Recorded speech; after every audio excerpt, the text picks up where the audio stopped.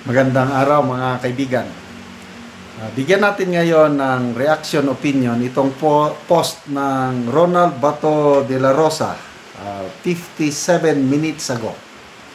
Sabi dito, paghuli kay Tatay Digong at posibleng paghuli kay Senator Bato, hindi umano politically motivated.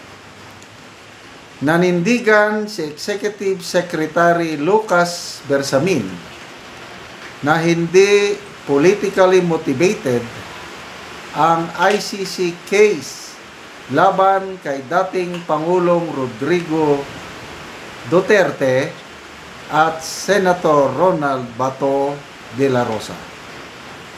So, ito yung exact pahayag ng Executive Secretary.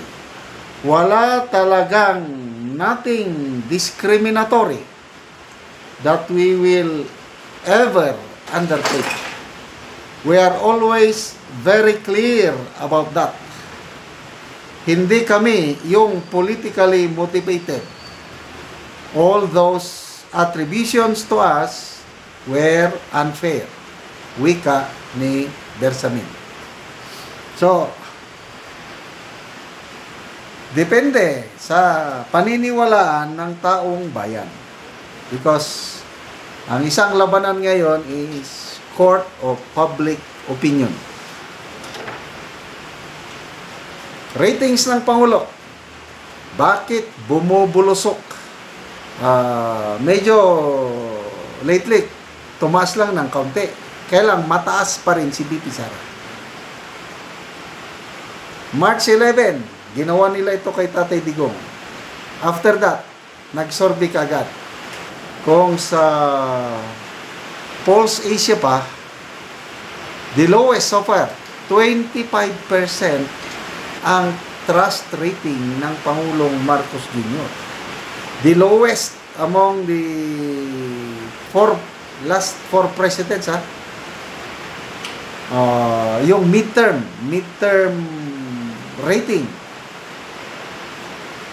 Si PGMA, Gloria Macapagal Arroyo, yung midterm rating niya,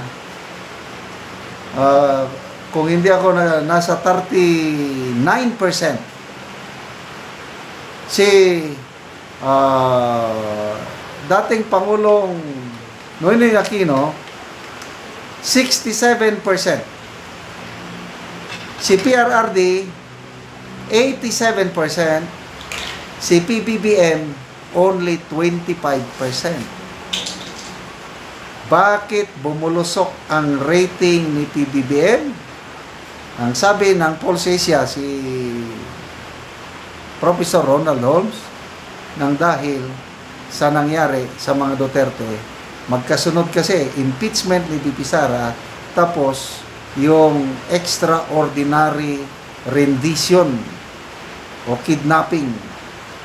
Mismo ang super ate ng Pangulo ang nagsasabi na extraordinary rendition yung ginawa nyo, kinidnap nyo ang isang Pilipino, dinala nyo sa Bumulusok ang rating. Tapos sasabihin nyo, hindi politically motivated. Sige lang. Noong election, anong nangyari? Sa pinagmamayabang na 12-0, ano daw, they have the best candidates, more experience, everything. Kaya tinawag nilang kabilang kampo, inutusan lang daw na bumili ng suka na kandidato na . Anong nangyari sa midterm election? Napurnada sila. Mismo ang kandidato ng partido ng Pangulo, yung kanyang Partido Federal, zero. Na Diritso Inidoro, si Pacquiao, si Tolentino, si Abalos. Yon, hindi politically motivated. Mismo si campaign manager ng Alyansa, Congressman Toby Chanco, ang nagsabi na before yung impeachment ni BP Sara, before yung kidnapping ni PRRD, mataas ang rating ng kanilang alyansa candidate sa Mindanao. after yung ginawa nila, ang taong bayan hindi bulag, hindi pipi, hindi bingi, nag-observe. Nagdesisyon. O yun. 7 sa oposisyon ang nanalo, 5 lang sa alyansa. Kaya nagulat sila o na wake up call o yun kunuhay, mass resignation o cabinet secretaries, yun lang. Solgen lang palang gusto nilang tanggalin. O ano pa? Men and women in uniform, yung absentee voting. I believe na natulala sila dito dahil ang mga nanalo sa boto ng mga men and women in uniform, Duterte. And of course, nakasingit doon si Bam Aquino and Kiko Pangilinan. Alyansa, pinakamataas na ranking si Ping Lacson. Dating General, PMAR, number 15 lang, tinalo pa ni Pastor Apollo Kibuloy. Oh. Sige, sasabihin nyo na hindi politically motivated, okay lang. Magdahilan lang kayo. Ba't bahala ang taong bayan na humusga. Okay? Hindi naman ngayon, hindi na madali-daling mauto ang taong bayan ngayon kasi nga, age na ngayon ng social media. Okay. Punta tayo, magbasa tayo ng mga ano pa? Okay. So, Senator Bato de la Rosa, ano ang posibilidad na may lalabas na ICC warrant of arrest? Tingin ko, meron. Wag na tayong magtaka kung isang araw nandyan na may ICC warrant of arrest at ito na, nagsalita na ang executive secretary kung meron, kung ano ang ginawa nila kay Tatay Digong, gagawin nila kay Senator Bato. Anong hamon ni Senator Bato? Sige, arrest me. If you want to commit the same mistakes, go on. Sige lang. Ang taong bayan ay nagmamasid. Kung ano ang iyong itinanim, yan din ang aanihin. Huwag kayong magsisi sa 2028 pag ang taong bayan ang humusga sa inyo. Salamat mga kaibigan sa inyong pagsubaybay sa ating channel. Nakakatulong kayo ng malaki sa Tribong Talandig. Dahil ang sweldo natin sa channel na ito is pantulong natin sa tribo. Namimigay tayo ng mga libreng yero at pako sa tribo para makapagpatayo sila ng mas maayos na tahanan. Panoorin niyo ang video nito. Ni Angero ang ipantabang sa mga tao nga katong tabangunon sa ilang mga balay, katong mga daot na ugmo na ni sila ang matagan. Salamat! Salamat sa nag-sponsor!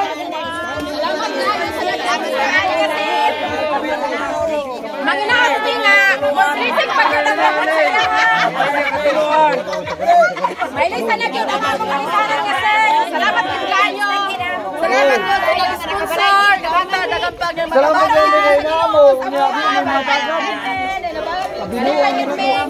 Punta! Or briefing pagkatapos sa imuha.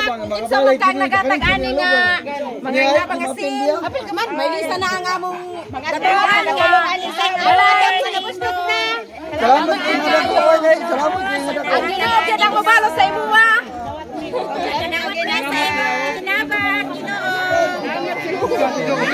Kuha kayo ang ilang pagpasalamat sa Yero Salamat, na sir. Salamat kayo. tabang sa ilaha. So dako gyud ang ilang kalipay bahin sa tabang nga Yero. So daghan gid kay sila nga tabangunon. Dagang kayo ng alipay, sir. Dako ang ilang kalipay nga natagan sila og Yero. Sobra ang among kalipay nga naagyod ang nakaabot na gid ang mga inabang.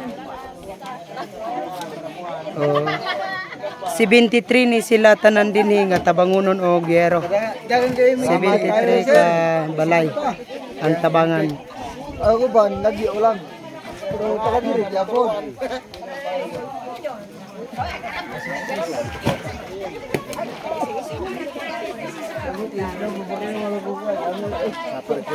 Kalag mo. Ginabang kalag mo. Share